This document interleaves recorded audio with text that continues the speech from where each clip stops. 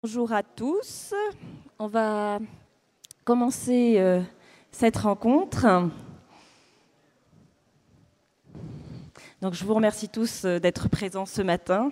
Il ne fait pas encore trop chaud, donc on profite encore un petit peu de la température clémente d'Avignon pour cette matinée de débat et d'échange autour de la question des lieux intermédiaires. Donc on a souhaité vous proposer ce temps sur Avignon, suite aux différentes rencontres qu'on a pu avoir sur les années précédentes, et notamment l'année dernière où on avait déjà eu, dans le cadre de la maison professionnelle du spectacle vivant, un temps sur ces lieux intermédiaires et indépendants. Vous verrez, depuis, on a eu une année très riche de travail et de construction collective, donc on va un peu vous raconter tout ça et vous parler justement de cette coordination nationale des lieux intermédiaires et indépendants que nous avons mis en place et du travail collectif qu'elle se propose de conduire. Donc, moi, je suis Patricia Koller, déléguée générale de l'UFISC. Je vais essayer un petit peu de conduire cette table et d'animer un petit peu ce débat. Et nous aurons avec nous donc plusieurs personnes justement de cette coordination qui rassemble aujourd'hui en tant qu'organisation et réseau actif, Art Factories autre part, le DOG, la FEDELIMA, la Fédération nationale des arts de la rue, la FRAP, le Lien en Basse-Normandie, le RIF en Île-de-France, le CINAVI, TEMA pour les marionnettes et l'UFISC. Donc vous voyez que c'est très large comme coordination, aussi bien en termes de discipline artistique que de typologie de lieux, que même de territoires concernés, puisqu'on est à la fois sur une articulation autour du national et de réseaux régionaux, de structurations régionales qui sont en train de se mettre en œuvre. Donc aujourd'hui, on va vous en parler. Alors je vous présente rapidement les personnes qui vont aussi contribuer au débat ce matin. Donc on a Vanessa Ripp et Marie-Irma Kramer qui nous viennent justement de Rhône-Alpes et qui sont de la Fédération régionale des arts de la rue en Rhône-Alpes. Laurent Vergniaud d'Actif qui travaille depuis longtemps ces questions-là et qui va revenir un petit peu sur les enjeux politiques. Joël Lecusson, donc pour la FRAP. Et qui va justement nous parler et présenter le travail qui a été effectué cette dernière année. Et enfin, Vénus Castro du CINAVI, également très investi voilà, sur ces questions. Donc comme vous le savez, cette question sur les lieux intermédiaires et indépendants est un processus de travail qu'on a mis en place depuis maintenant plusieurs années. Ça s'inscrit évidemment dans une histoire longue de ces lieux, puisqu'on en voit l'émergence, le développement, certaines formes de consolidation ou sinon de dynamique, en tout cas très forte, qui se vit sur les territoires depuis maintenant plus de 50 ans. Et on le voit, c'est une histoire qui s'inscrit, vous le verrez, dans une logique, dans des démarches qui portent, qui est issue en fait de la société civile, qui s'inscrit dans une vision, dans une volonté de renouveler les questions de démocratie culturelle et renouveler également la question de l'expérimentation sur les processus et les démarches artistiques. Alors évidemment, ça s'inscrit dans un temps assez prégnant, de transformation à la fois de nos modes d'échange, de partage, de fabrique du sensible aujourd'hui. Donc on a des acteurs là qui s'imposent dans le débat quelque part avec leur manière de faire, leur démarche. Et puis également dans la configuration où nous nous trouvons de recomposition territoriale très forte que nous connaissons aujourd'hui, à la fois avec la transformation de l'État et puis également évidemment les processus de décentralisation que nous vivons, que vous vivez tous sur les territoires. Donc ça nous permettra aussi de revenir un petit peu ensemble sur la manière dont s'inventent des nouvelles histoires sur ces territoires de vie. Et c'est vrai que si nous avons voulu vraiment porter cette question qui nous semble à la fois essentielle, urgente également et utile surtout, je pense, pour essayer de repenser ensemble ce qui fait intérêt général, ce qui fait coopération, ce qui fait solidarité aujourd'hui sur nos territoires. On avait envie un petit peu de l'apporter voilà, à travers ces actions et ces démarches de lieu. parce que, vous le savez, on est dans un contexte où la politique culturelle est réinterrogée, aussi bien au niveau de l'État. On a parlé de la loi sur la création artistique l'année dernière. Alors c'est vrai qu'elle est un peu remise à 2015. On ne sait pas exactement comment les choses vont exactement se mettre en place, mais on sait que, en tout cas, les lieux intermédiaires doivent pouvoir être partie intégrante de cette réflexion sur les politiques culturelles. Et puis, évidemment, je ne reviendrai pas sur la remise en cause que l'on connaît de nos modèles sociaux ou des modèles de solidarité dont nous avons pu avoir une intervention en amont de ce débat et qui pose aussi évidemment aujourd'hui la question de l'économie de la coopération et d'une autre économie de solidarité qu'on peut mettre en place. Voilà, donc je pense que c'est un petit peu de ça dont on va essayer de débattre ce matin. Je vais tout de suite passer la parole à Joël puisqu'il va essayer de vous donner à voir un petit peu le travail qui a été effectué, qui est vraiment un travail, un processus en construction aujourd'hui, puisque suite au forum national que nous avons eu en janvier 2014, un forum de 2 jours qui a rassemblé une centaine de lieux, ces différentes organisations et qui a permis de faire émerger cette coordination nationale des lieux intermédiaires et indépendants, nous avons travaillé sur une charte à la fois de valeurs, de caractéristiques et d'engagement. Voilà, pour essayer de se donner quelques objectifs communs. Bien, merci Patricia pour cette formidable introduction. Donc, c'est...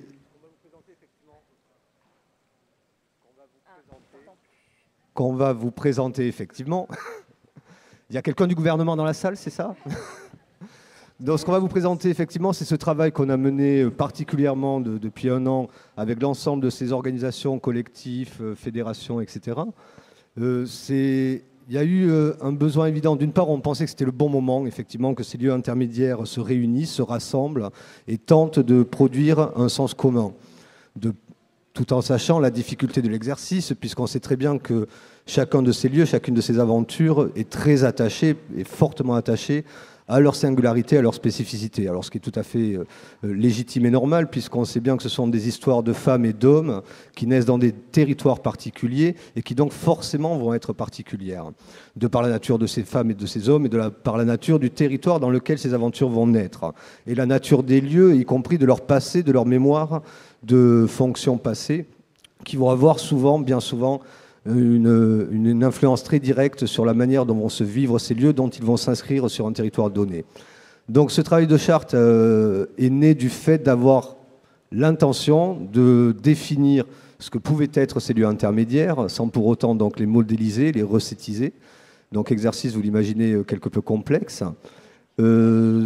Cette charte s'appuie également sur un document que vous n'avez pas là entre les mains, qui est un document complémentaire assez indispensable à la lecture de la charte en question, de la tentative de charte, puisqu'on est sur un projet de charte, donc qui est amené à évoluer, ce qui est un référentiel qui a été constitué de ce que porte chacune des organisations, fédérations, collectifs, en termes de fondamentaux, en termes de fondamentaux pragmatiques, j'entends, parce qu'on n'est pas dans du verbillage, il faut bien qu'on se le dise, que les mots qui sont là posés sur le papier renvoie à des actes, à des actions bien concrètes. Cette charte commence par un très joli « Nous sommes la multitude », parce qu'effectivement, chacun de ces lieux, chacune de ces aventures, dans ses singularités, va s'exprimer de manière différente. Donc que ce soit des lieux d'art collaboratif et expérimentaux, que ce soit des lieux alternatifs qualifiés comme tels, indépendants, que ce soit des lieux de fabrique, de friches, nouveaux territoires de l'art qui ont été des vocables, qui ont été repris par les institutions, avec une tentative de prise en compte de ces aventures particulières, qui ont été souvent des fenêtres assez courtes, au niveau du ministère en particulier. Si on se rappelle, dans les années 2000, cette histoire des nouveaux territoires de l'art, qui effectivement proposait et ouvrait des perspectives de nouvelles politiques de la culture, que ce soit ces ateliers partagés, ces squats, ces hackerspaces, que ce soit ces collectifs de compagnies ou d'artistes, que ce soit donc ces lieux intermédiaires. Les communs, et c'est la recherche qu'on a faite et la tentative qu'on a faite, c'est de mettre en évidence les communs qui liaient toutes ces aventures-là. De manière évidente, se situe au niveau de l'artiste au cœur du dispositif, de l'artiste en processus, plus particulièrement, puisqu'on sait et on a constaté de quelle manière la notion de processus pouvait être génératrice d'autres modalités de liens sociaux et d'interaction entre différents secteurs. Donc certes, le secteur artistique et culturel, mais aussi le secteur social, le secteur de l'éducation, le secteur de l'entreprise, de l'économie, repensé et revisité de par le fait de tenter de mettre l'artistique à tous les niveaux de la manière de vivre un lieu.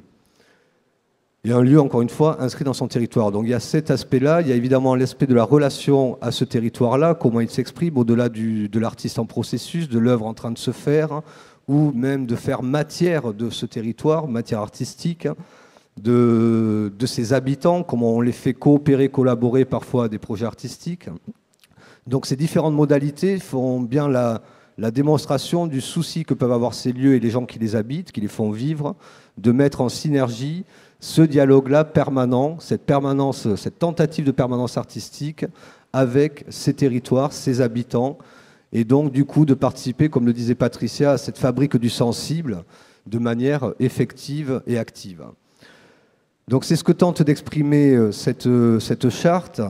Elle renvoie évidemment aussi à la notion de maîtrise d'usage, puisque bien souvent on est sur des lieux qui sont en reconversion, que ce soit des friches industrielles ou des lieux laissés à l'abandon, avec une volonté des gens qui les occupent ou qui se les mettent, qui se donnent les moyens de les avoir à disposition, d'avoir une maîtrise d'usage clairement affirmée et assumée. Donc une maîtrise d'usage, certes, y compris dans des processus de revalorisation du foncier avec une maîtrise d'ouvrage, voire parfois institutionnelle, ou une maîtrise d'œuvre associée à cette maîtrise d'ouvrage, d'avoir un rôle vraiment très maîtrisé de comment peuvent s'inventer, s'imaginer ces lieux dans leur configuration et dans leur fonction.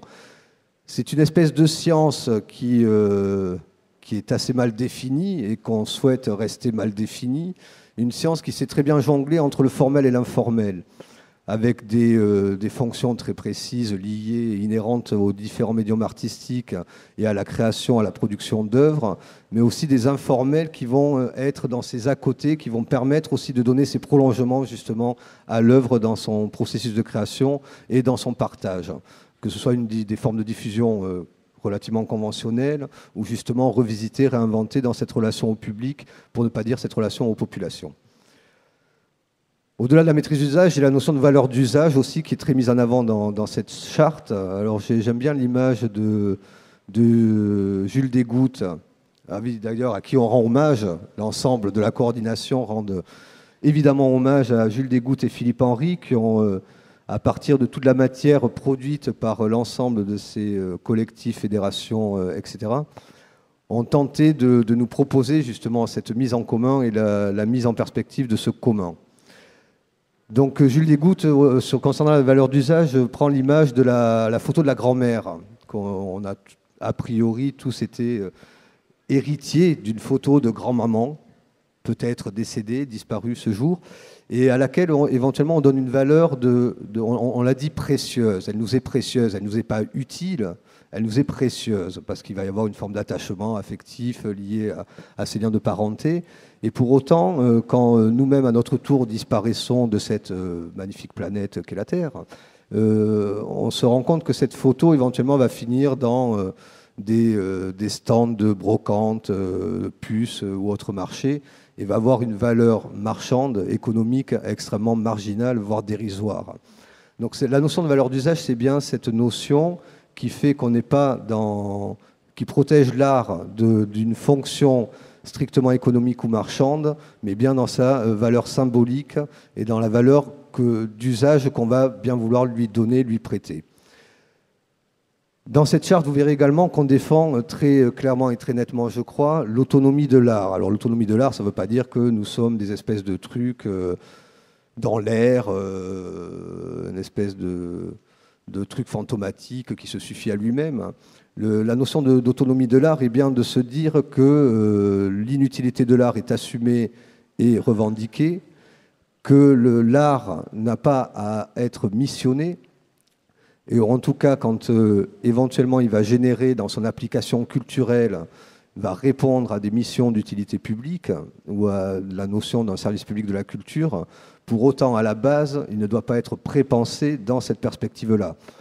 Donc ça, c'est une chose à laquelle on est très attaché, parce qu'évidemment, on se rend bien compte que les politiques publiques qui se mettent en œuvre, qui se mettent en place de plus en plus clairement, tentent de donner à l'œuvre d'art sa fonction de tourisme culturel, d'attractivité ou de rayonnement territorial. Et on trouve ça extrêmement dangereux parce que c'est d'une certaine manière paner un processus naturel qui opère. C'est le présager, c'est le prépenser et du coup le condamner.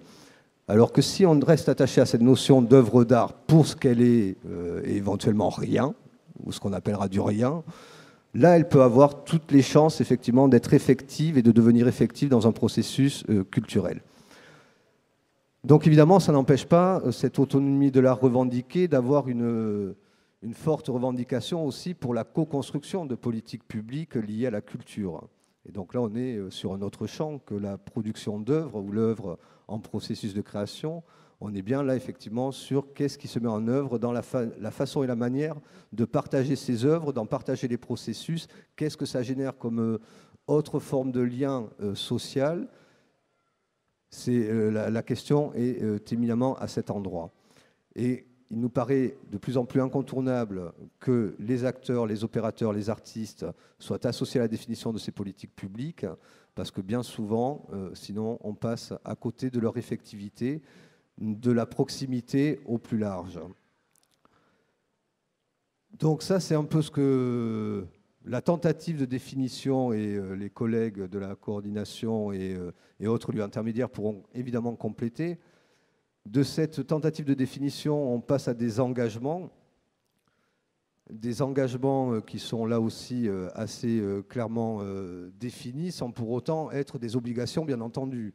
Ce sont des repères que l'on se donne pour tenter d'agir et d'influer sur ce que l'on considère faire, ce que l'on considère produire, notamment dans ses relations avec habitants, territoires, pouvoirs publics, voire institutions culturelles. Donc c'est revisiter à la fois les démarches artistiques et culturelles dans ce contexte actuel de profonde mutation, on l'a déjà dit, des modes à la fois de création, de production et d'échange symbolique. C'est privilégier les expériences et le processus.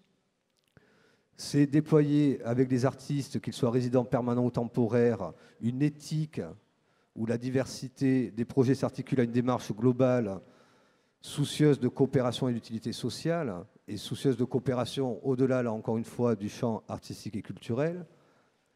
C'est également constituer de véritables fabriques de l'espace habité, on l'a déjà cité. Enfin, je ne vais pas vous faire le listing, et ça nous renvoie évidemment sur le champ économique à ces notions d'économie sociale et solidaire. Alors, il ne faut pas que ça reste de 20 mots, cette notion d'économie sociale et solidaire, ce qui devient malheureusement parfois le cas, mais des actes en œuvre. De ces engagements, des revendications évidemment s'affirment, donc que soit reconnue la place et le caractère essentiel qu'occupent désormais ces lieux intermédiaires et indépendants dans ce renouvellement des pratiques culturelles et l'expérimentation et la création artistique contemporaine, que ce soit aux échelles locales, nationales et internationales.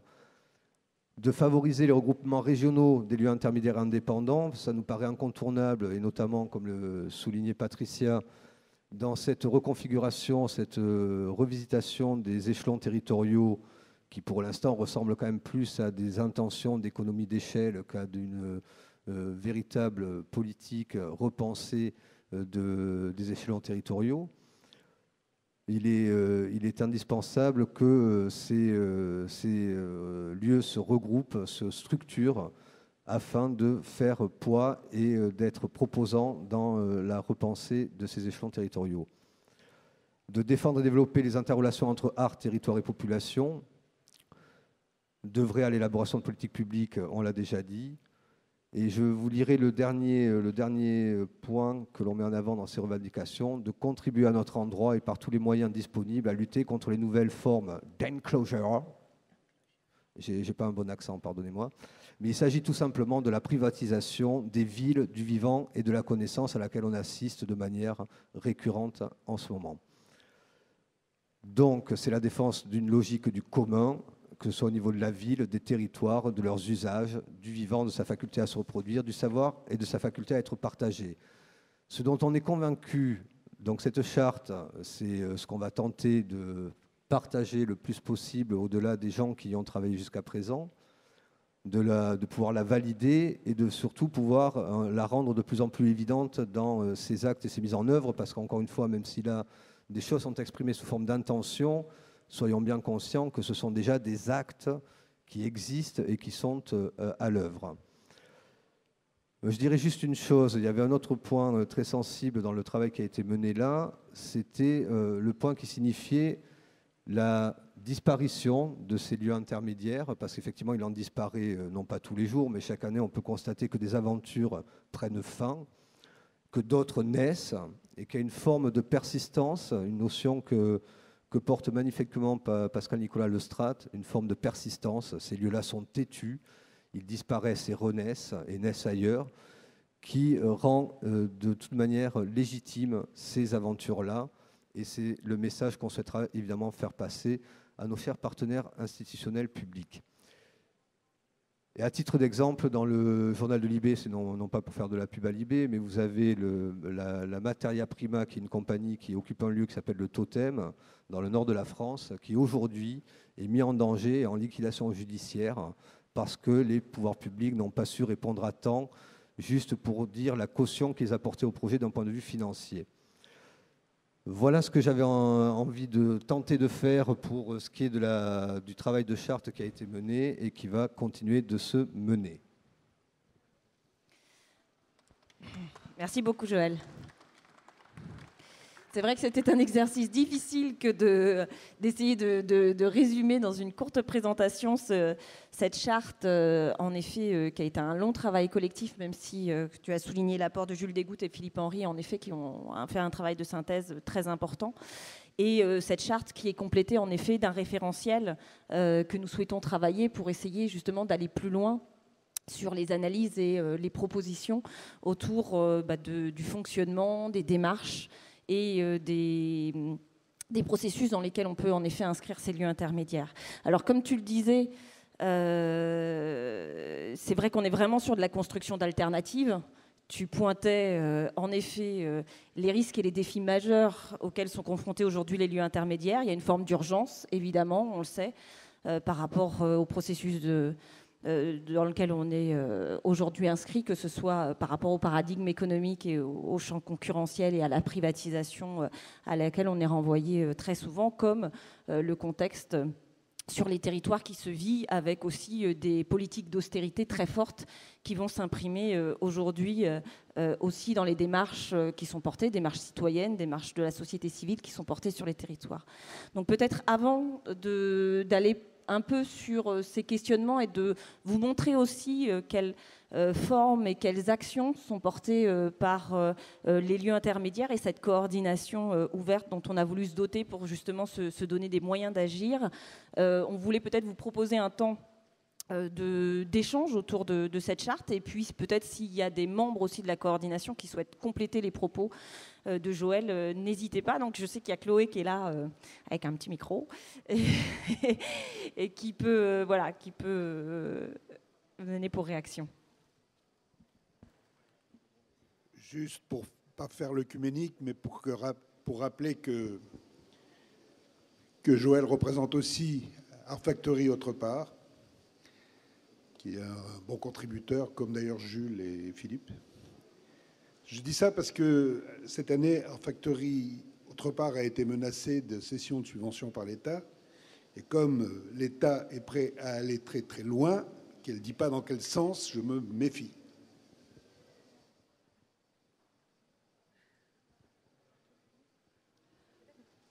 Juste présentez-vous pour...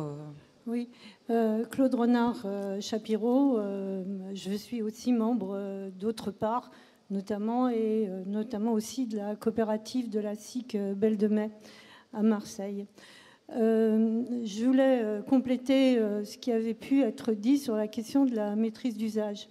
ça n'étonnera personne pour ceux qui me connaissent, c'est devenu pour moi non pas simplement une revendication par rapport à nos lieux, qui, dans leur transformation, quand les élus daignent jeter un regard sur eux, est très importante aux côtés de la maîtrise d'ouvrage et pour faire le cahier des charges de la maîtrise d'œuvre, mais qui peut devenir aujourd'hui une revendication de droit en termes politiques et citoyens et venir avantageusement remplacer ce qu'on appelle de la ritournelle de la participation des habitants. Donc actuellement, je mène un combat terrain à Marseille notamment sur le fait que les habitants, les gens, les citoyens s'emparent non seulement, bien sûr, nous, comme d'habitude, les lieux, nos lieux, ont été l'avant-garde de cette revendication de la notion de maîtrise d'usage. Elle est vraiment partie du fait qu'elle n'existe pas. Elle est, quelquefois, on parle du ménage à trois avec la maîtrise d'ouvrage et la maîtrise d'œuvre. Or, de ce ménage à trois, c'est rarement la maîtrise d'usage qui sort vainqueur quand elle peut exister. En tout cas, elle n'existe jamais dans la durée et elle finit toujours par permettre faire que des lieux ne se transforment pas dans la dynamique du projet. Donc, je vous lance le débat sur la question de la maîtrise d'usage. Mais et puis le fait qu'il faut le continuer, je le fais avec des universitaires et aussi sur le terrain avec des habitants qui se l'approprient pour que l'urbanisme que tu n'as pas cité tout à l'heure, comme effectivement, de nos partenaires, enfin, des lieux essentiels sur lesquels on peut intervenir et sur lesquels un certain nombre de nos artistes et autres trouvent actuellement auprès d'architectes et autres, une possibilité d'intervention sur la ville, y compris en dehors de nos lieux spécifiques. Et là, peut-être que les appels à projets dans ce secteur-là sont plus ouverts que ceux qui nous sont proposés. En tout cas, je tenais aussi à le préciser. Et puis, ça n'étonnera personne que je fasse une réflexion par rapport à la charte. J'aurais pu la faire avant. Je suis étonnée que même le terme « nouveau territoire de l'art » n'apparaisse pas dans nous qui sommes la multitude. Je sais que pourquoi j'insiste pour que ça soit que ce terme existe, non pas en termes de nostalgie de la mission que j'ai pu avoir à une époque sur la question des nouveaux territoires de l'art, qui avait été mis en place par Dufour, mais ce qu'elle est un bref, qu'à ce moment-là, quand nous nous sommes retrouvés à Marseille en 2002, c'était un bref moment de politique où le présent advient. Et le présent, c'était effectivement 2000 personnes du monde entier, de lieux, et des acteurs, 80, qui sont venus témoigner de leur résistance, occupation ou autre expression de ce qu'ils pouvaient faire dans le monde, dans ces lieux délaissés du travail, enfin, tout ce dont on parle là. Et ce moment de politique et cette histoire, y compris la suppression de la mission auquel nous avons essayé de résister. Moi, j'étais déjà partie pour des raisons de retraite, pour devenir agissante sur le terrain, mais la mission a été supprimée. Et cette mission qui permettait qu'on se retrouve comme ça, moi, je suis ravie qu'aujourd'hui, nous ayons, en dehors de toute mission et avec beaucoup de difficultés pour être soutenus pour le faire, pu retrouver nos énergies communes et collectives, mais je pense qu'il ne faut pas mettre le terme « nouveau territoire de l'art », même si à certains endroits, il a été utilisé de manière instrumentalisée ou autre, jamais d'une manière, si tu veux, qui nous a détruits ou qui nous a formatés. En tout cas, voilà, c'était ma petite contribution du jour.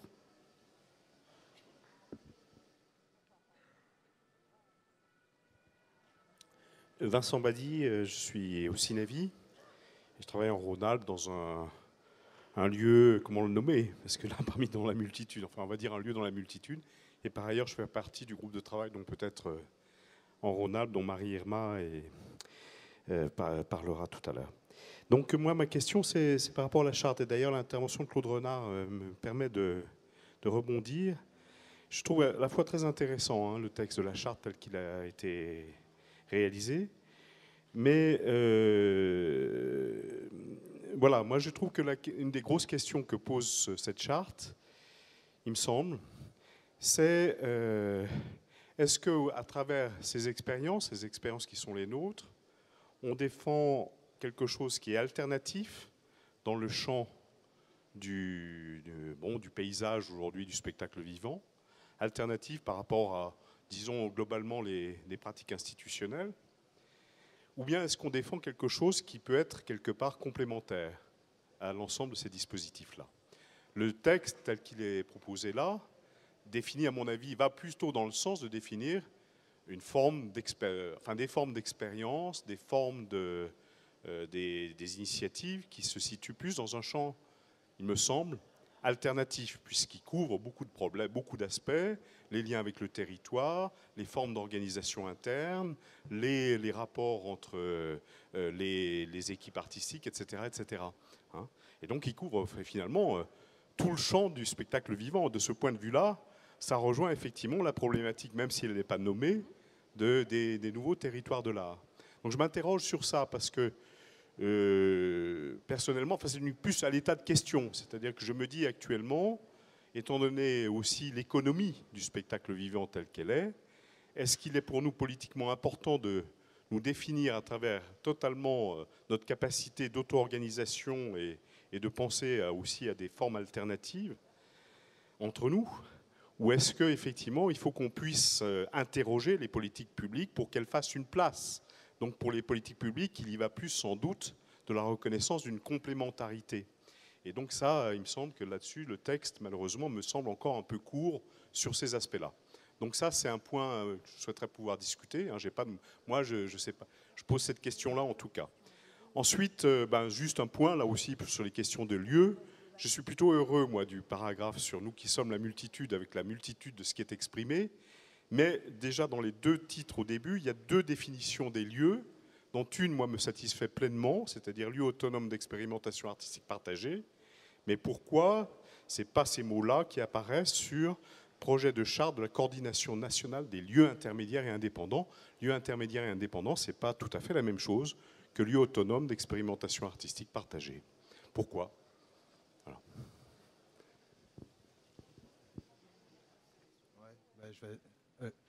Ok. Donc Laurent Vergniaud d'Actif. Je pense que ta question est très intéressante. Elle renvoie à ce qu'est aujourd'hui, ou comment est née cette coordination, qui est plutôt un geste politique, je dirais.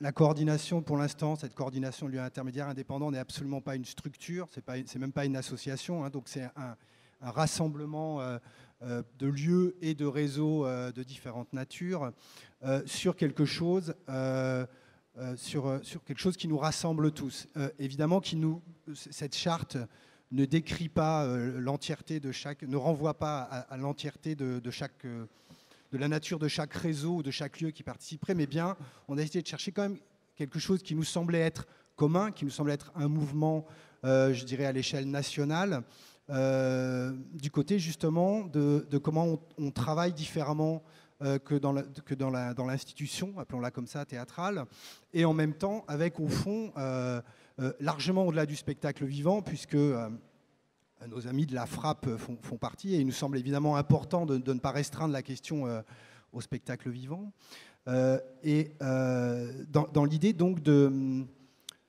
voir comment on pouvait aujourd'hui rassembler toutes ces forces pour interroger justement les politiques publiques de la culture à partir de nos propres pratiques et de nos propres valeurs. Donc je répondrai à ta question sur alternatif ou complémentaire. Les deux, mon capitaine. Je veux dire, ce qui me semble intéressant qu'on peut repérer, c'est que le mode d'organisation de structures issues de la société civile portant un certain nombre de valeurs ou de processus même de travail, portant une certaine façon de porter les projets au long terme, par exemple, beaucoup plus finalement que les lieux publics qui sont soumis aux variations de direction, au plan de carrière, etc. Donc il nous semblait que dans nos pratiques sur les territoires, dans nos pratiques vis-à-vis des artistes, il y avait des points communs qui étaient, comment dire, que seules nos pratiques un peu alternatives nous permettaient d'atteindre. Et qu'en même temps, évidemment, je pense que tout le monde peut se reconnaître ici dans les grandes valeurs portées en France aujourd'hui. Il y avait un débat il y a la semaine dernière ici sur qu'est-ce que l'art, qu'est-ce qu'il apporte aux gens, etc. On est tous d'accord. Le fait que nous revendiquons, évidemment, sur cette ligne de crête un peu fragile, nous revendiquons, je pense tous, complètement l'idée d'une politique publique de la culture. Et il serait, je pense, absurde aujourd'hui de se penser absolument contre ou dans une vision de remplacement ou de destruction des lieux tels qu'ils sont financés par la politique culturelle aujourd'hui. Après, il me semble que donc vraiment... Pardon ?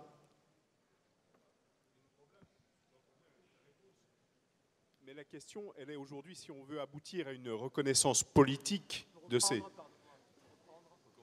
oui, si on veut, simplement, si on veut amener les politiques publiques aujourd'hui à prendre en compte davantage ces expériences, est-ce qu'il n'y a pas une chose à dire sur leur complémentarité ? Et le texte en dit tout de même très peu de choses, quoi, de ce point de vue-là. Voilà. Moi, ma question, elle est plus en termes de politique, en termes politiques, pas en termes d'identité. Non, mais enfin, je pense que je te passe la parole après. L'idée même de coordination, donc, est dans cette question-là. Je dirais. Alors, de façon assez pragmatique, on peut repérer sur l'ensemble du territoire national un grand nombre de lieux, parfois certains sont dans des réseaux, parfois pas du tout, qui travaillent, qui vont se dire lieux indépendants, intermédiaires, voilà, c'est une chose assez large, et qui finalement revendiquent extrêmement fort une singularité, qu'on leur accorde d'ailleurs en général, et qui en même temps font qu'on a l'impression que chacune de ces expériences est une petite expérience singulière qui n'existe que là et qui, est difficile à appréhender, notamment par les politiques locales. Je pense que l'idée des réseaux, mais aussi de la coordination, c'est d'essayer de porter une réflexion et un travail d'explicitation de ce qui se passe dans ces lieux, et je dirais d'essayer de donner la place de ces lieux dans les discussions, autant avec l'État que dans chaque collectivité locale, d'amener...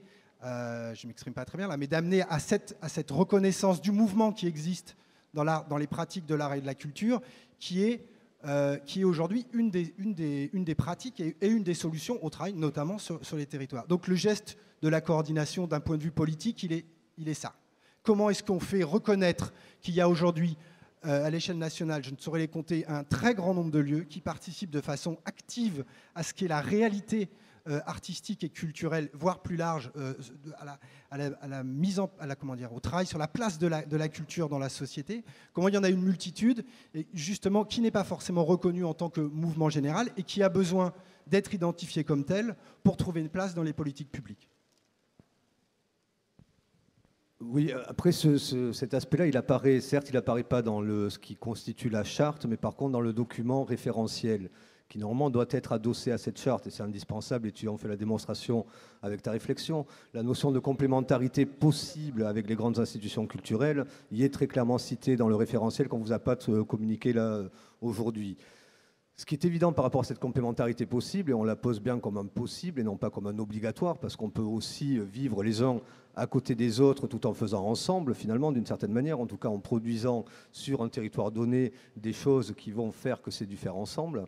La complémentarité, il y a un travail pédagogique à faire qui est colossal, y compris au niveau des grandes institutions, qui bien souvent, dans les régions, n'appréhendent pas forcément bien ces aventures-là, qui voient les méprisent à des endroits.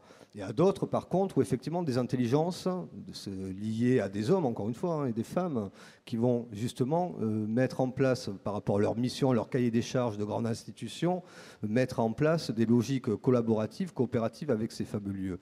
Donc les deux cas existent d'ores et déjà, suivant les régions, suivant les cas, et évidemment que c'est mis en avant, mais dans le référentiel. Et effectivement, tu as raison, peut-être qu'il faudra le clarifier comme un des possibles dans les éléments de la charte. Oui, bonjour. Jérôme Pellizieri, conseiller régional d'Île-de-France. Donc, je n'avais pas prévu de parler ce matin parce que j'ai un débat derrière. Donc, toujours délicat de prendre la parole et en partant sans entendre toutes les réponses qui ont été apportées. Mais dans ce qui a été dit ce matin, je ne voudrais pas qu'il y ait de malentendus. En région Île-de-France, rien n'est parfait dans les politiques publiques. Je veux bien l'admettre, c'est vrai. Mais par contre, la coélaboration des politiques publiques culturelles en lien avec l'ensemble de ce qui fait la profession ou les professions sur le territoire, elle existait. Et d'ailleurs, à ce titre, sans faire de la flagornerie, on peut saluer le travail qui a été fait, notamment par Actif, notamment par l'UFIS, enfin, par l'ensemble des réseaux, par la Fédération des Arts de la Rue, pour nous accompagner, nous aider. C'est très simple, de la présence dans toutes les commissions pour travailler sur ce qui pouvait être une nouvelle politique publique, une contribution, et pas une contribution d'une page et demie comme d'usage de faire, une vraie contribution argumentée, détaillée, avec des modèles, qu'on soit d'accord ou pas, qui nous ont permis d'élaborer une première étape d'un dispositif qui reste expérimental parce qu'il est à parfaire, qui est celui de fabrique de la culture, où justement on se donne la possibilité d'accompagner des projets artistiques sans en demander des résultats croix et colonne, mais simplement en donnant une obligation de moyens, c'est-à-dire une obligation d'avoir des gens qui y travaillent. Et après, on sait que voilà, ça peut se développer. Et de façon antérieure, quand même, il existe des politiques publiques qui sont dans l'obligation de moyens, et le moyen obligatoire, c'est le salaire des artistes. Il y a un dispositif qui existe depuis longtemps, qui est très peu connu, ce sont les résidences d'artistes, les résidences d'auteurs en Île-de-France. On ne leur demande pas d'agir sur le rayonnement le rayonnement du territoire, autre que celui d'être présent et de prendre le temps de travailler, d'écrire, que ça aboutisse ou non à une œuvre aboutie au bout des 10 mois, 12 mois, 6 mois. Voilà, donc ces dispositifs existent là. Je suis à Avignon depuis peu de temps. J'étais allé avec certains de mes collègues manifester devant le ministère de la Culture occupé par quelqu'un qui a la même carte d'adhésion que moi à une organisation politique. Ça n'était pas rien. Simplement, je pense que dans le combat que l'on mène, il ne faut pas se tromper. J'entends quand on dit qu'il y a des politiques publiques qui n'existent pas, qui ne prennent pas en compte. Ça n'est pas vrai partout. En tout cas, en région de France, c'est faux. Il y a des élus qui prennent en compte les travaux antérieurs qui ont été menés à tous les niveaux, que ce soit ceux de l'État, etc. On a travaillé avec les organisations professionnelles. On se bat aujourd'hui et on n'a aucune intention de lâcher quoi que ce soit dans le combat. Par contre, ce qui est en jeu, c'est la capacité qui nous sera donnée demain à encore mener des politiques publiques, à encore avoir les moyens de travailler avec vous, parce que lorsqu'on n'a pas le mot culture dans les premiers textes de décentralisation, de réforme territoriale, eh bien, c'est un vrai souci. Et par ailleurs, je vous le dis, avant de partir, et je retente votre réponse, on a aussi besoin de vous pour non pas critiquer telle ou telle absence, mais pour montrer ce qui se passe de bien, pour qu'avec vous, on puisse être plus fort, pour dire que demain, les politiques publiques culturelles doivent continuer à exister à tous les niveaux, parce que si la culture n'est pas l'affaire de tous, eh bien, à ce moment-là, elle ne sera plus l'affaire de personne, et c'est bien l'enjeu de la lutte que nous avons à mener demain.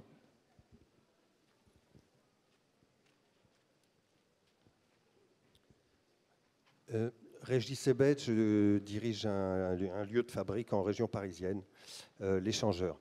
Je voudrais apporter ou prolonger un peu ce que Jérôme Pellizieri vient de dire, et peut-être aussi le contredire sur un certain nombre de points. Il est vrai que sur la région Île-de-France, il y a eu un gros travail de concertation avec les acteurs de terrain. Gros travail qui a été, je dirais, finalement suivi par le Conseil régional d'Île-de-France, mais qu'il a fallu réellement imposer parce qu'il venait vraiment pas de soi. Donc ça, c'est le premier point. Et puis, je voudrais dire qu'une chose est de travailler à ce qu'il y ait une concertation.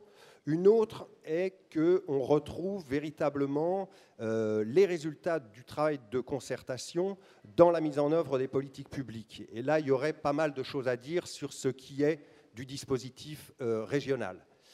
Je ne soulèverai qu'un point parce que je n'ai pas envie de rentrer, voilà. Mais notamment sur le fait que les acteurs de terrain sont aujourd'hui complètement évacués de la mise en œuvre du dispositif et de tout dispositif d'évaluation. Alors que c'était une des demandes essentielles des acteurs pendant plus d'1 an et demi qu'a duré cette concertation, de dire nous devons être impliqués à la mise en œuvre, dans la mise en œuvre de cette politique. Aujourd'hui, c'est seulement les services administratifs de la région Île-de-France qui sont très peu nombreux, donc ils sont très surchargés de travail. Je ne leur jette pas la pierre en tant que personne, hein, ce n'est pas du tout ça la question, mais bien de dire qu'il y a encore un pas de géant à franchir pour qu'on aille vers une autre conception de la mise en œuvre des politiques publiques.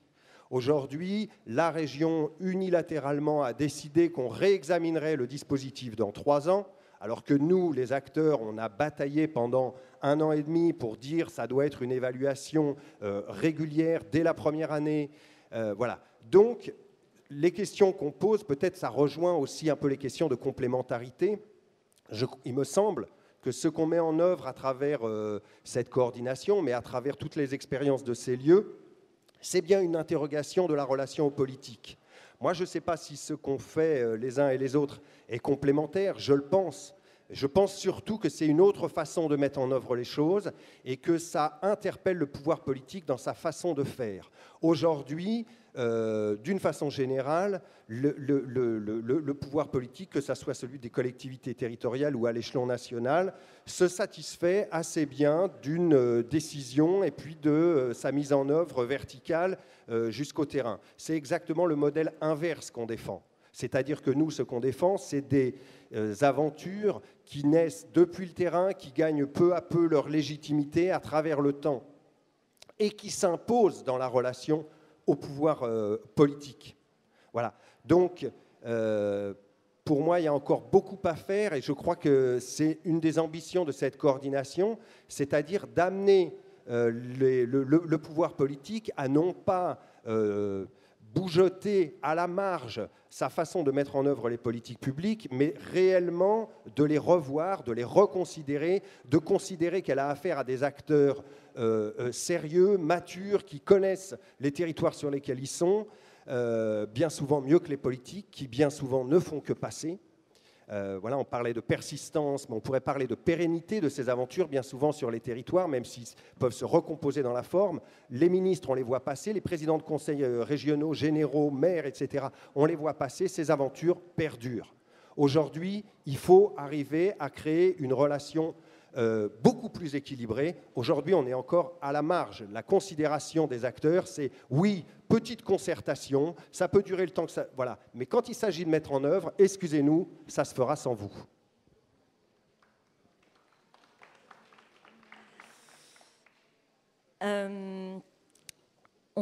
Merci pour les interventions. Je pense qu'en effet, on voit bien que, à travers ce que vous posez là notamment, on est au cœur de la question de l'enjeu démocratique aujourd'hui. Ça a été dit sur la question notamment de la décentralisation. On voit plusieurs projets de loi arriver. Évidemment, le champ culturel est tout à fait concerné. On voit aussi que la question citoyenne ou de l'implication citoyenne ou de la démocratie locale est vraiment réinterrogée aussi dans les processus qui se mettent en œuvre. Et on voit assez peu, en effet, la manière dont aujourd'hui est pensée cette articulation entre la question de l'ascendance et des citoyens sur les territoires et leur participation à la co-construction, à la réflexion, à la définition, à la co-évaluation des politiques publiques. Et ça aussi, ça nous semble être un des enjeux majeurs, en effet, de ce processus de décentralisation. Alors, en même temps, on voit qu'il y a des expériences qui se mettent en place, ça a été dit. On voit aussi... que sur les questions alternatives ou complémentarité, on est sur des vrais questionnements et peut-être des nouvelles logiques aussi à inventer. Peut-être que ces espaces de régulation ou ces espaces de coopération qui peuvent se mettre en œuvre sur les territoires, puisque c'est aussi là que ça se joue, vont peut-être aussi permettre de poser des nouvelles manières de faire et des nouvelles manières de penser cette coopération entre acteurs, avec le territoire, avec les collectivités publiques. Et justement, je voulais renvoyer, en effet, à l'expérience qui est en train de se vivre en Rhône-Alpes, puisqu'il y a un espace de travail qui se met en place autour de la question des lieux intermédiaires, avec un groupe de lieux qui y travaillent, et qui, je crois, est aussi dans un cadre de processus de concertation avec la région. Donc peut-être Marie-Irma et Vanessa, vous pouvez témoigner ou illustrer cela. Tout à fait. Bonjour, donc Vanessa Rip de la Fédération des Arts de la rue Rhône-Alpes. Ce sera plutôt un témoignage, je pense, de ce qui se passe en région Rhône-Alpes. On parle beaucoup d'Île-de-France, car l'histoire est déjà ancrée. Peut-être avec Marie-Irma, on peut vous parler rapidement de ce qui se passe en Rhône-Alpes. C'est des choses qui ont déjà existé dans d'autres régions et qui peuvent aussi exister dans l'avenir dans d'autres régions. Ce qui se passe en ce moment en Rhône-Alpes correspond aussi un peu à l'actualité de ce qui se passe au niveau national, un espèce de mouvement de volonté de rassemblement, en fait, de différents lieux. Donc en Rhône-Alpes, comment s'est fait ce processus de rassemblement ? c'est toujours un exercice délicat de rendre public des processus qui sont toujours en cours et qui sont assez nouveaux. C'est difficile de le rendre public et de le rendre ouvert, alors que, voilà, comme mes collègues l'ont dit, ce sont des organisations qui ne sont pas encore officielles, institutionnalisées ou juridiques. Voilà.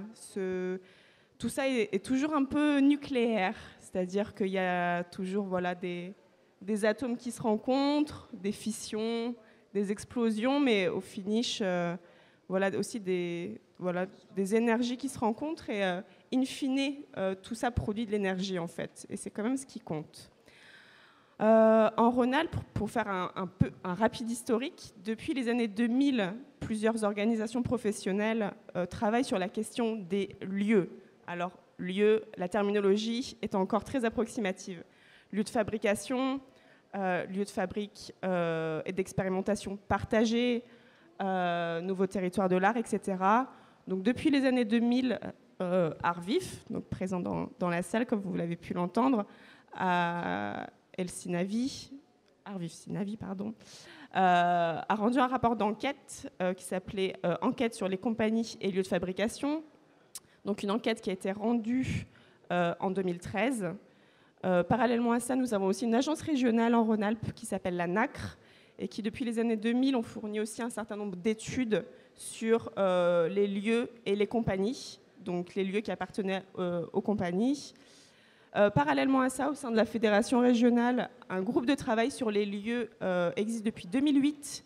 Il était très focalisé sur les lieux art de la rue depuis 2008 et il s'est ouvert aux lieux transdisciplinaires et pluridisciplinaires à partir de 2010, car évidemment, quand on est aussi toujours sur la même discipline, cirque ou danse ou art de la rue, on finit par toucher rapidement les limites d'un rassemblement, car évidemment beaucoup de lieux restent pluridisciplinaires et transdisciplinaires. Du coup, depuis 2010, un certain nombre de lieux, je vais les nommer parce que c'est vrai que depuis le début de la rencontre, on parle beaucoup de lieux, mais on en cite peu. Donc pour parler concrètement, qui dans la Fédé fait partie du groupe de travail, la gare à coulisses, Ramdam, en cours, l'hôtellerie de Pont-Tempéra, où je travaille et où je vis la moitié de l'année. Le Poteau Noir, évidemment.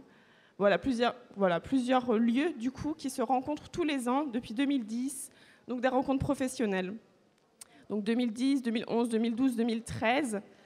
Et voilà, donc il y a plusieurs choses dans l'air du temps qui font que, oui, il y a certaines urgences qui changent de visage, qu'au sein des lieux, on est aussi dans un endroit très particulier de la création artistique où l'accueil des artistes se fait au plus proche de la création. Du coup, dans certains lieux, voilà, on accueille les artistes et parfois on les reçoit dans un état où on les sent extrêmement pressés par des logiques de production, des logiques de diffusion qui rendent la création extrêmement difficile. Du coup, en région Rhône-Alpes, plusieurs choses ont jailli un peu du territoire comme ça, d'un besoin de se faire entendre et de porter plus haut nos voix, sachant que la région Rhône-Alpes est une région quand même très particulière, faite de 8 départements, avec un territoire rural extrêmement vaste. Je ne sais plus la superficie exacte de la région, mais ça va de la Savoie, Haute-Savoie, à la Loire, la Drôme. Donc on est aussi,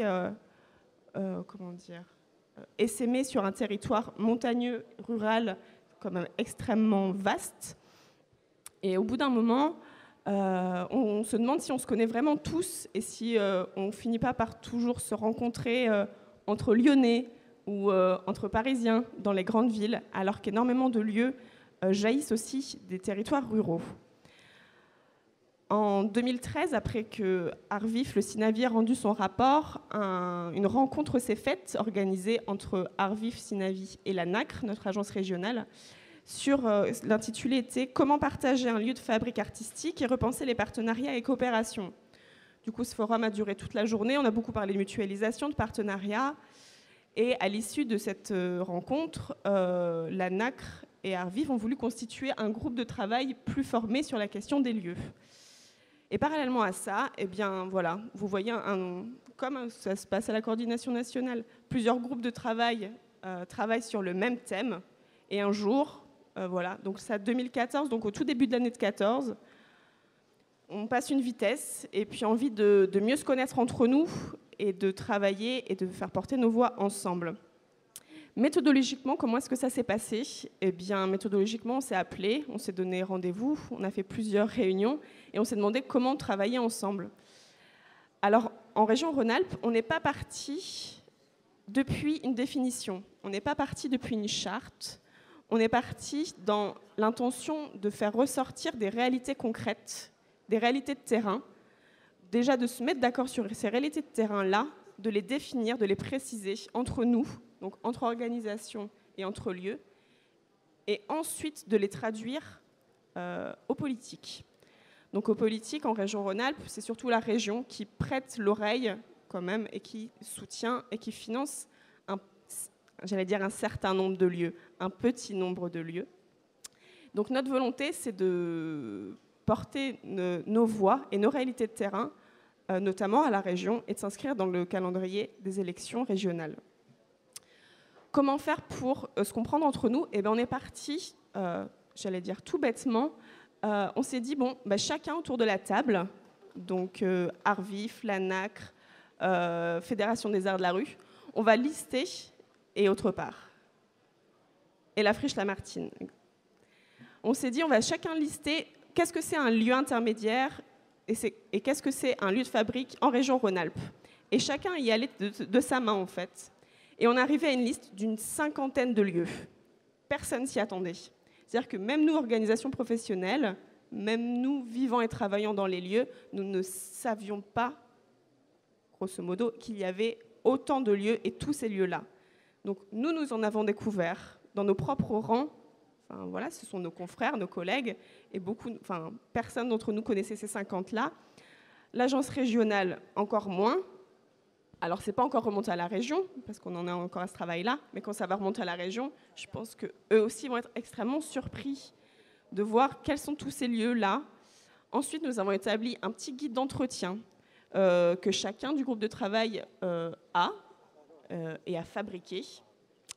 Et maintenant, ça va être de prendre sa petite automobile ou son petit téléphone et en fait d'aller voir chaque lieu pour lui poser les questions sur le fonctionnement, sur la création artistique, sur le mode d'accueil, sur son action sur le territoire et sur la mise en commun et la partage de ses ressources et sur sa mise en réseau. Donc on va essayer de dessiner un paysage des lieux et de ces réalités qui vont remonter là, de voir comment les faire porter politiquement pour que on puisse soutenir les petits lieux qui émergent, et il y en a énormément, de soutenir les lieux qui ferment, comme disait Joël tout à l'heure, parce que, hélas, chaque année, il y a des lieux qui ferment et il y a des lieux qui jaillissent. Donc, petits ou moins grands, évidemment, la question de alternatif ou institutionnel, la manière alternative de répondre à cette question, c'est de questionner le « où » qu'il y a entre les deux. Donc, évidemment, là, chaque lieu répondra en son nom. Moi, hôtellerie de Pont-Tempéra, je dirais que entre alternatif ou institutionnel, depuis 20 ans, on est dans une aventure qui a su et qui réinvente chaque jour la manière de questionner le rapport aux politiques, tout en gardant l'indépendance des choix artistiques.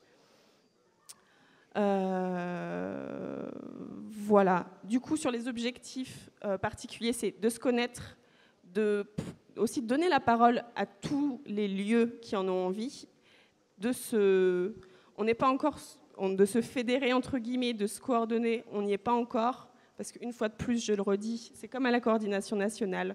Pour le moment, on se rencontre, on débat de certains points de revendication, certains engagements politiques, des besoins qui nous animent chaque jour, car les besoins ils sont là.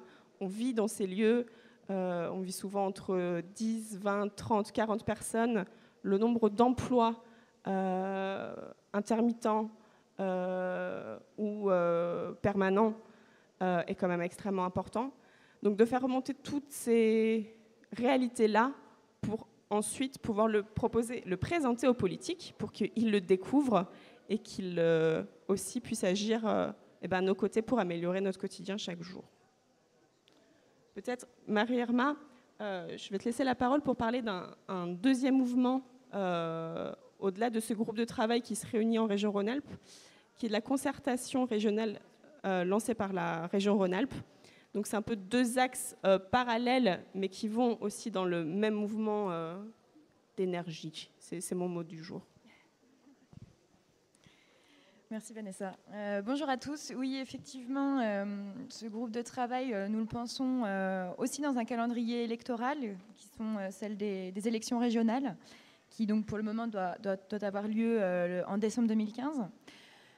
Et actuellement, en région, les organisations professionnelles, réseaux et syndicats, on est une quinzaine aujourd'hui à s'être réunis depuis le mois de mai, tous les mois, dans la co-construction en fait, d'une concertation régionale du spectacle vivant avec la région Rhône-Alpes. Et nous sommes actuellement dans la proposition en fait, d'ateliers de travail que l'on souhaite vraiment co-construire avec la région. Donc nous allons prochainement leur présenter ces ateliers. Et l'objectif en fait, est de mener cette réflexion à travers 5 thématiques d'ateliers. Et d'en faire une synthèse à la suite. Et le calendrier, en fait, nous l'imaginons commencer ces ateliers à partir de novembre pour arriver à une synthèse fin février, début mars. Dans ces ateliers, je ne vais pas vous citer les 5, mais effectivement, via la Fédération des Arts de la Rue et le SINAVI, donc, qui font partie de ce groupe de travail sur les lieux de fabrique partagés, nous sommes également donc, dans cette dynamique dans la concertation régionale. Et nous avons pour objectif de porter la question des lieux dans 2 des ateliers que l'on propose, qui s'intitulent donc pour un, la production artistique, comment, la création, la fabrication et la production. Donc là, effectivement, la question des lieux de fabrique a toute sa place dans cet atelier. Et le second, qui est la présence et la permanence artistique sur les territoires. Donc, l'objectif est de pouvoir, suite à cette concertation, d'établir et d'élaborer des préconisations que l'on souhaite, des préconisations à destination justement des candidats aux élections régionales de 2015. Voilà pour la partie région Rhône-Alpes, mais l'objectif est également d'interpeller l'ensemble des collectivités publiques sur la place qui est réservée à ces lieux dans les politiques culturelles. Et donc il y a cette dynamique avec la région Rhône-Alpes. Nous avons également pour projet au printemps 2015 d'organiser une rencontre en lien avec le Conseil général de la Drôme via un des lieux qui fait partie de ce groupe de travail, notamment la gare à coulisses. Donc une journée de travail qui est encore à construire et à définir d'ici là. Parce que l'objectif est donc d'établir ce paysage régional via ces entretiens dont Vanessa parlait, d'en arriver fin 2014 à avoir justement un paysage, un état des lieux régional, et ensuite s'appuyer justement sur les initiatives locales, sur les lieux, sur les petits réseaux qui puissent exister et que l'on ne connaît pas et qui nous permettront, en allant voir ces lieux, de les rencontrer, de les découvrir et de s'appuyer sur eux pour justement interpeller les collectivités publiques, qu'elles soient conseils généraux, les intercommunalités, voilà, de réussir en fait à créer une toile pour justement faire remonter les spécificités du territoire, des territoires qui peuvent être très largement différents de la Haute-Savoie à la Loire. Donc l'objectif, avant tout, est de s'appuyer justement sur ces lieux pour faire le lien et les aider à interpeller ces collectivités et de pouvoir avoir une parole commune et collective sur la nécessité d'accompagner ces lieux au quotidien pour le bien de la création. Voilà, peut-être Vincent, tu as... Merci beaucoup à toutes les deux. Peut-être si vous voulez réagir justement à ces expériences, en effet, dans la coordination et surtout au moment du Forum national de janvier 2014, était ressortie très fortement cette question de l'organisation un peu collective au niveau des territoires. On voyait bien qu'il y avait beaucoup de lieux qui souhaitaient se rapprocher, commencer à construire ensemble, initier des dynamiques et être aussi, s'accompagner les uns les autres justement dans cette création du mouvement ou de ces dynamiques au niveau du territoire. Et c'est vrai que la coordination, c'est un de ses objectifs aussi, de pouvoir être là en appui. Je sais qu'il y a... Alors j'ai fait une petite erreur tout à l'heure parce que les acteurs en Normandie anticipent certains processus et sont déjà en fait en regroupement de la Hausse et de la Basse Normandie. Et je sais voilà, que c'est une initiative qui est née aussi depuis 2 ans, 3 ans. Et qui est aussi très intéressante dans ce qu'elle met en œuvre justement sur cette région. Vincent Lacoste. Tu me notes ? Ouais, voilà. Vincent Lacoste, donc je travaille dans un lieu intermédiaire qui s'appelle le Relais Centre de Recherche Théâtrale et je représente ici le Lien qui aujourd'hui a une réalité juridique quand même et qui regroupe des lieux intermédiaires en Normandie, en effet, dans l'idée de regrouper à la fois la Haute et la Basse Normandie, en identifiant, un peu comme tu l'expliquais en Rhône-Alpes, l'ensemble des espaces qui sont portés par des équipes artistiques, donc véritablement issues de la société civile, et qui souhaitent se doter d'outils partagés, de façon à soutenir création et participer à un développement de territoire au niveau des populations et tout ce qui a été dit précédemment. Alors c'est vrai que c'est intéressant de savoir qu'il existe un office interrégional, je dirais, en Normandie, qui est l'ODIA, qui est à la fois situé en Haute et Basse Normandie, et qui a été à l'écoute tout de suite de l'idée d'une réunion, d'un regroupement de l'ensemble de ces lieux. Donc c'est il y a à peu près 1 an et demi que l'idée d'une réunion constitutive en fait de ce regroupement a été portée par le Relais d'abord, mais aussi par l'ODIA, qui nous permet aujourd'hui d'avoir créé une association d'associations qui regroupe 17 lieux de fabrique. Voilà. Donc on est tout à fait dans une démarche proche de celle qui a été décrite, donc je ne vais pas revenir là-dessus. On essaie effectivement de réunir les 2 régions. On essaie de se doter d'une charte spécifique qui ressemble quand même assez fortement à ce qui a été déjà présenté. Et on est aujourd'hui dans un processus de construction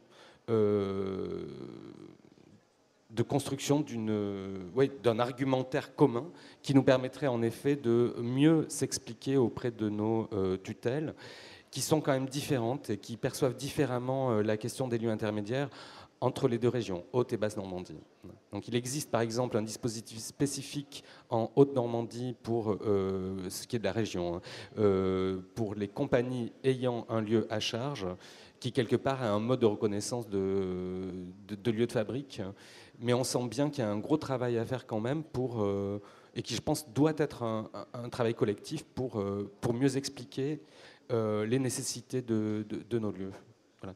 Donc on en est, on va dire, à une démarche qui reste préalable par rapport à ce qu'on a pu entendre en Île-de-France. On est dans une démarche similaire à ce qu'on a entendu en Rhône-Alpes. Et on espère, ça fait 1 an qu'on existe et on n'est pas encore tout à fait quand même en position de présentation d'un argumentaire global. J'imagine que ce sera le cas d'ici 6 mois. J'aimerais, pardonne-moi, juste une petite intervention le temps que le micro circule par rapport à l'intervention de l'élu à la culture région. Donc c'est quand même en lien avec ces aventures régionales et ces tentatives de structuration en région. Donc certes, évidemment qu'on ne doute pas, même si les doutes ont été fortement exprimés par notre collègue, de certaines volontés politiques qui vont passer par des élus, mais qui à un moment donné vont être suffisamment isolés pour ne pas prendre l'impact et avoir l'impact nécessaire constitutif de véritables politiques culturelles. Donc on va avoir des espèces de réponses sporadiques, de bouts de réponses, mais qui ne vont pas faire une politique culturelle. Et je crois que c'est là qu'il y a des marges de manœuvre absolument extraordinaires, et notamment dans leur rôle d'élus, sur les notions d'intersectorialité. C'est ce qu'avait soulevé l'extrait à l'époque avec son rapport sur les NTA. C'était comment, à un moment donné, effectivement, la culture est transversale à tous les champs. Et donc, comment, à un moment donné, ça va générer des intelligences et des réciprocités entre ces différents champs, au-delà du champ culturel, pour accompagner ce genre d'aventure. Et c'est ça qui reste encore à faire aujourd'hui, alors que tout ça date d'il y a plus de 10 ans maintenant, et qu'on n'y est toujours pas arrivé, même s'il y a des vœux pieux, des incantations, des prises de parole publiques d'un certain nombre d'élus, voire de techniciens, qui restent évidemment nécessaires et indispensables, mais la marge de manœuvre, elle est énorme. Sur cette notion d'intersectorialité, de comment appréhender la culture en intersectorialité, on est loin du compte. Et de la même manière sur ces notions-là, et là je suis en train de me perdre, sur ces notions-là, Bon, mais j'y reviendrai plus tard. Oui, de la même manière, c'est sur les échelons territoriaux. Les régions vont être manifestement, enfin, a priori, très confortées dans leur mission et dans leur rayonnement territorial. Là, les élus ont une responsabilité énorme, et ce en réciprocité, parce que des fois, ça va être des élus de communes, de communautés de communes, qui vont être très agissants, très porteurs de ces problématiques-là, de comment faire levier auprès des différents échelons, pour que justement ces politiques-là s'articulent et soient complémentaires. La complémentarité, elle n'est pas à trouver qu'entre lieux institutionnels, grandes institutions, et lieux intermédiaires. La complémentarité, elle est à trouver aussi entre les échelons territoriaux, et comment, du coup, de cette complémentarité-là, naissent de véritables politiques culturelles dont les lieux intermédiaires doivent faire évidemment incontournablement partie. C'était juste cette petite précision-là, même si l'élu en question n'est pas là, je crois que c'est enregistré, il aura l'occasion de l'entendre. Bonjour, je suis Rémi Chaplin, je travaille à l'ARIA, l'Association des rencontres internationales artistiques, dans une autre région que celles qui ont été citées. Je travaille dans le 2B, je travaille en Corse, en Haute-Corse. Et pour ce qui est de la Corse, on ne partage pas tout à fait les mêmes expériences, que ce soit la région parisienne, le Rhône-Alpes ou les deux Normandises. Nous, je viens de découvrir qu'on était tous des lieux intermédiaires, parce qu'il n'y a pas autre chose en Corse, ni scène nationale, ni autre lieu institutionnalisé et conventionné avec l'État. Et je me reconnais complètement dans tout ce qui est écrit dans ce papier, notamment dans les engagements. Privilégier des logiques collaboratives avec une diversité d'organisations qui préservent une autonomie propre d'initiative et de gestion. Le problème est bien là en Corse, parce que quand on parle d'autonomie là-bas, il faut se méfier. Alors, moi, il me semble qu'à partir du moment où on est dans des partenariats avec les pouvoirs publics, de toute façon, quoi qu'il arrive, on perd de notre autonomie de projet. Et qu'il va bien falloir, à certains moments, se mettre autour d'une table pour voir ce qui est négociable et ce qui ne l'est pas.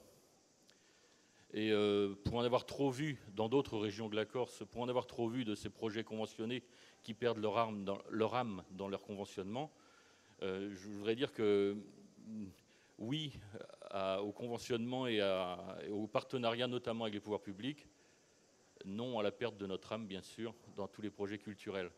Sinon, on n'est plus des projets pérennes, on n'est qu'une instrumentalisation d'un désir du moment en plus. Voilà, c'est tout ce que je voulais dire, mais ça me semble important. Si, il y a quand même quelque chose que je voulais rajouter, c'est que nous, de collaboration partenariale au sein de la région, on connaît, on sait faire, on en fait beaucoup, on se connaît tous. C'est une région où on n'est quand même pas très nombreux, même si c'est une très très grande région, parce qu'il faut beaucoup de temps pour aller d'un point à un autre en Corse.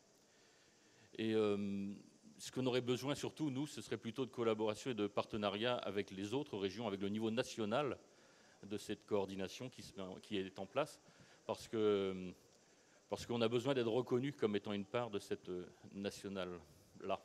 Voilà. Juste pour te répondre sur un mot, alors d'une part, pour préciser un truc sur cette coordination qui, continuons à le dire, est quelque chose de très ouvert aujourd'hui et qui est plutôt demande à ce que, et c'est pour ça qu'on a fait cette charte quand même, c'est aussi pour que quiconque s'y reconnaisse y adhère et y est le bienvenu. Et évidemment, je considère encore la Corse, moi, sur le territoire national. Et je pense que, au contraire, il faut faire tourner cette information. La coordination nationale est ouverte, je dirais, et à la fois aux structures en tant que telles, à la fois aux réseaux qui se constituent ou qui existent.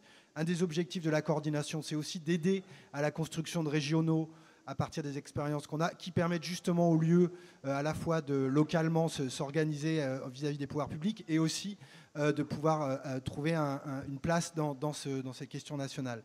Donc ça, pas de problème. Deuxièmement, sur la question de l'autonomie, je pense que évidemment, c'est un vrai champ de réflexion. Je pense qu'on peut avoir un défaut dans nos lieux, justement, face à ce que tu décris, qui dirait convention ou institutionnalisation égale perdre son âme. La revendication de l'autonomie, elle est d'une part sur la revendication de l'autonomie artistique, évidemment, très fortement, c'est-à-dire que quel que soit le montant de la subvention, nous considérons que le choix de l'acte artistique, de la façon dont on le met en œuvre, du processus, appartient à celui qui le mène et ne dépend pas des desiderata de son financeur. Et deuxièmement, je dirais, y compris aussi dans notre façon d'être en rapport tous les uns les autres avec les territoires, utilisons ce mot, avec les gens qui y habitent, etc. Il me semble qu'un des objectifs de la coordination, c'est justement de faire passer, de militer là au niveau national pour qu'on revienne à une reconnaissance du travail de ce type de lieu issu de la société civile, qui sortent un petit peu d'un défaut, et là je m'adresse aussi aux élus, aux administratifs locaux, qui voudraient qu'une subvention accordée à une structure culturelle, associative, etc., soit finalement de nos jours étudiée comme une mini-délégation de service public, une espèce de mission qu'on confierait avec résultats, méthodes, etc. Nous militons très fortement pour que, d'une part, soit reconnu ce que nous pensons vrai, la réalité de l'action de tous ces lieux sur le territoire, vis-à-vis des populations, dans la création elle-même, dans l'invention artistique, y compris qui finit parfois dans les grands réseaux nationaux, mais aussi pour qu'on arrive à discuter localement avec les élus à partir des résultats que produit cette autonomie, que produisent nos manières de faire, qui sont des résultats, je pense,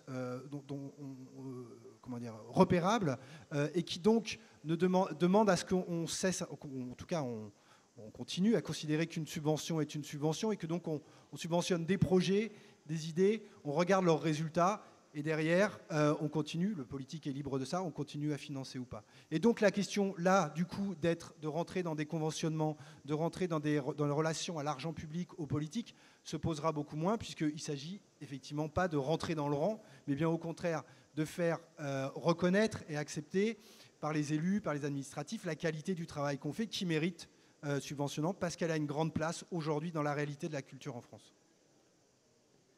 Excusez-moi de reprendre le micro juste pour faire une remarque sur le côté spécifique de la région Corse, qui dispose du statut unique en France de région à caractère particulier, qui fait que les fonds d'État sont décentralisés sont décentralisés et apportés auprès de la collectivité territoriale de Corse, la CTC, qui les gère elle-même. Il y a un DRAC en Corse, mais il n'a pas de fonds. Il y a un certain nombre de services, mais tout est délégué financièrement à la région Corse. C'est une notion qui change beaucoup la donne du conventionnement qu'on peut avoir avec cette CTC. Voilà, merci. Moi, je voudrais reprendre un peu par rapport à ce qu'a dit notamment l'échangeur, qui est pour moi une prolongation de, voilà, je vais vous reprendre le terme, d'autres manières de participer qui ne soient pas la ritournelle, mais qui nous permettent d'avoir une place dans la durée, dans les modalités politiques de nos différentes collectivités, qu'elles soient territoriales, métropoles, etc. Et que nous ne voulons pas. Moi, j'ai entendu un terme qui m'a un peu agacée, notamment quand ça vient de structures des élus. Nous nous appuyons. À force que les élus et les collectivités territoriales s'appuient sur ce qu'on fait, effectivement, c'est rarement pour qu'on puisse effectivement continuer à vivre, mais ça nous alourdit un peu plus et nous n'avons pas réussi. Et c'est pour ça que c'est formidable la coordination et le débat et l'affinement que nous allons avoir sur les objectifs que nous nous fixons dans la durée, sur la place dans la pérennisation de notre expression politique, là où il faut que l'on soit. Ce n'est pas un jour, on vient nous chercher parce qu'on est expert ou parce que c'est une période politique d'élection, qu'il faut qu'on existe au-delà de tout ça, quels que soient les mots que nous employons, intermédiaire, fabrique, nouveau territoire de l'art, et c'est bien là que le terme bizarre de nouveau territoire de l'art me satisfait mieux, parce qu'il peut laisser une espèce de flou qui nous a souvent été reproché. Dans ce terme-là, je mets notamment la notion qui est celle aussi de Pascal Nicolas Lestrade, d'interstitiel, parce que dans le mot intermédiaire, il y a quelque chose qui me gêne. On est intermédiaire de qui, en quoi? Sommes-nous des médiateurs? De qui et pourquoi? Et donc là, il me semble qu'il y a quelque chose qui doit être interpellé. L'interstice, c'est aussi quelque chose qui peut s'ouvrir en fonction et qui crée effectivement les brèches nécessaires pour qu'on puisse avancer et transformer. On en est là, créer les brèches. Mais il me semble que dans intermédiaire, il y a une espèce déjà de débat entre alternatifs, reconnus, etc. Moi, je pense qu'il faut arrêter d'être en permanence, on va s'expliquer, on va s'expliquer, on va s'expliquer. Ras-le-bol, on s'est expliqué. Il y a des milliers, il y a beaucoup d'études, beaucoup d'histoires, beaucoup de productions, et qu'on en soit encore à se dire, il faut encore qu'on explique, ça suffit. Revisitons notre histoire par rapport à notre capacité aujourd'hui de nous organiser réellement dans la durée auprès de l'ensemble du politique et des collectivités territoriales. Ce n'est pas le cas encore aujourd'hui. Nous sommes dépendants des dispositifs éphémères et sectoriels qui sont le cas des politiques publiques. Nous ne souhaitons aucun label, et nous l'avons dit, en tout cas au niveau des nouveaux territoires de l'art, mais nous souhaitons pouvoir, dans la durée, avoir en fonction de chacune de nos différences et sur chaque territoire, avec les habitants, construire les espaces de citoyenneté et de démocratie. Et c'est ce qu'on est en train de faire. Moi, c'est ce que j'avais eu la chance de rencontrer quand on a fait notre rencontre à Mantes-la-Jolie. Toutes ces expériences qui sortent et qui vont nous aider à poser politiquement les questions et donc à être dans l'exigence d'un droit. Quand je parle de maîtrise d'usage, je ne suis pas en train de pleurer sur le fait qu'on nous laisse une place à tel et tel endroit dans le système de reconstruction. C'est un droit à la maîtrise d'usage pour nos lieux, mais aussi pour la société.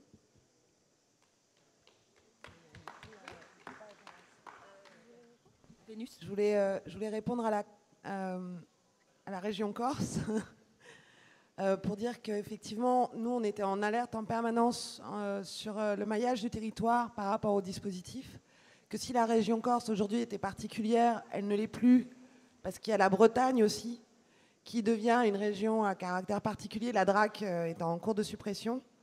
Et là, la réforme qui arrive avec la proposition de redéfinition, elle va forcément créer un bouleversement considérable. Et que nous, il faut absolument qu'on soit complètement mobilisés là-dessus pour éviter de créer l'occasion de toute dispersion. Et voilà, on sait que le partenariat avec les politiques publiques, il est très fragile pour ce qui est des lieux, pour ce qui est des compagnies.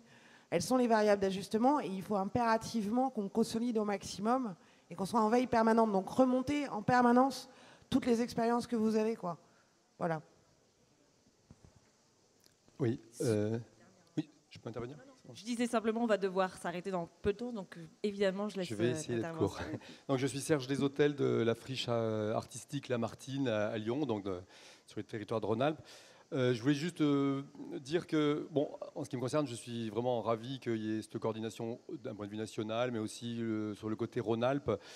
Après, si je peux me permettre une toute petite critique, c'est que en faisant cette charte, on met en avant une grande capacité à l'abstraction qu'on a tous sans doute à expliquer ce qu'on fait, etc. Alors que je trouve qu'on a parlé d'unicité et finalement chacune de ces expériences, elles sont vraiment sur le concret en fait. Et de vouloir faire une définition, on le voit bien, là on est obligé de mettre 15 fois nous pour savoir en fait qui on est. En fait, sensiblement, on arrive assez bien à savoir qui on est, mais quand on doit l'écrire noir sur blanc, on se rend compte que ça devient un peu compliqué, ça devient un exercice presque un peu formel, je trouve, de vouloir savoir qui on est, qu'est-ce qu'on veut, parce qu'on se rend compte que tout le monde ne veut pas exactement la même chose. Alors, que la coordination existe et qu'elle ait des actions, moi je trouve ça parfait. En plus qu'on puisse se rencontrer là et parler les uns aux autres. Je sais que moi j'ai beaucoup appris en Rhône-Alpes en allant voir les autres lieux, en apprenant effectivement tout simplement qu'ils existaient. Et puis à un moment, je me suis retrouvé en discussion avec d'autres gens. Après, je pense qu'on parlait tout à l'heure de la place des politiques, mais aussi peut-être des gens qui ne sont pas dans ces choses-là. Et de voir de but en blanc, là, bon, en lisant ces choses-là, moi aussi je m'y retrouve à pas mal d'endroits. Et en même temps, je me dis, quelqu'un qui tombe là-dessus, j'imagine que je le donne à quelqu'un dans la rue, il se dit, c'est une espèce de groupuscule qui a des revendications assez floues et qui a en tout cas une grande capacité sans doute à réfléchir, mais qui donne peut-être à un moment une petite impression où on ne fait pas tant de choses que ça, mais on réfléchit beaucoup, alors que dans la réalité, tous ces lieux, ils ont la particularité de beaucoup agir en fait. Je crois que ça va faire une très belle conclusion et invitation en tout cas à poursuivre, puisque comme vous l'avez compris, on est obligé de s'arrêter parce qu'il est 12h30, mais c'est vraiment un processus en marche, c'est vraiment un processus qu'on vous invite à rejoindre, comme on l'a indiqué, c'est une coordination ouverte où il y a vraiment, je pense, beaucoup de travail à en effet effectuer. Il y a un site internet qui vient de se mettre en place, qui est cnlii.org. C'est ça. Voilà, donc on vous invite évidemment à le rejoindre et à retrouver toutes les informations et à vous inscrire sur les listes voilà, pour participer au boulot. Et puis on vous donnera d'autres temps de rendez-vous. En tout cas, par rapport à ce qui a été dit, qu'est-ce qu'il y a ? Je redonne le site, donc cnlii.org, Coordination nationale des lieux intermédiaires et indépendants. Hein, donc voilà. Et donc simplement, voilà, peut-être pour finir, je pense qu'on voit bien que les lieux, en effet, sont quelque part emblématique aussi des questions qui se posent aujourd'hui. On est quand même aussi, même si on travaille sur cette question, on est aussi dans des formes de construction collective qui vont au-delà de la question des lieux, qui vont en effet sur les questions démocratiques aujourd'hui, sur les questions du territoire, sur les questions culturelles, sur les questions de solidarité. Et c'est beaucoup d'agir en effet sur la construction des alternatives, je pense, qui s'expriment. Voilà. Oui ? Vous pouvez aussi laisser vos coordonnées pour qu'on vous envoie toutes les infos et toutes les productions futures et passées de la coordination, juste ici, là, sur la table. Merci beaucoup à tous et à bientôt alors.